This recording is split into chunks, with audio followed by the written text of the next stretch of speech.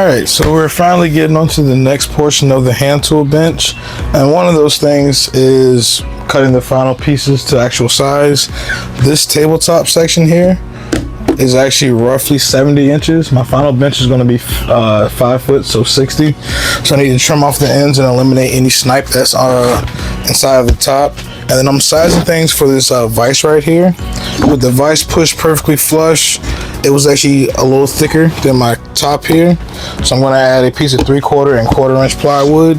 There's going to be a tool tray in between this apron. So not sure if this is going to ruin the workbench. This is just something I'm thinking. I was originally just going to run a dado and have my 3/4 inch plywood kind of slot in between this and rest on a ledger here. But I'm thinking glue and staple it to the back side of the tabletop, and that should keep it from warping, because you know it's also fastened and glued to a 3/4 inch substrate that shouldn't cup or bow. So I'm going to try that, and if my bench cups like a potato chip in 5 months, then I'll say that's a bad idea. But that's what we're going to do. We're going to rip a piece of plywood that actually fit in here that can be glued and screwed to the back side of this. Then I'm going to add a cleat. I'm probably going to rip a section of this off to make the cleat. And then we're going to cut all these to the final size, kind of assemble our top together. And then from there, we can kind of fit all of our legs and do whatever joinery we need to build a solid leg base that can then fit inside of this. Oh, nice and heavy.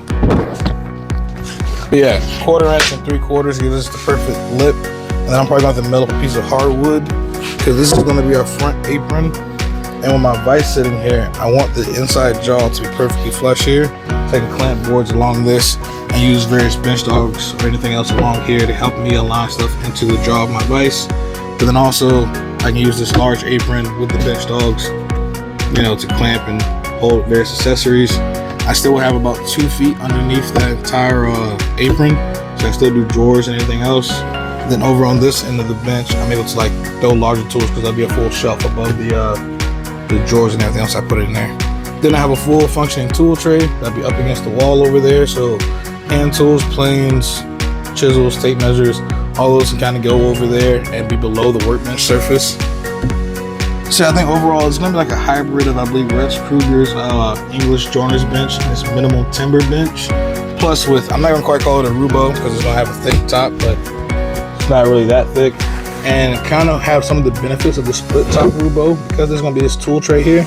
I can always throw a clamp across here and clamp things directly to the face if I don't want to use my bench dogs or anything else. So it's going to have various clamping options. Probably going to add a planing stop, things of that nature. But for right now, the goal is to get the top built so I can build the legs and get all that wood from sitting in the back of the shop.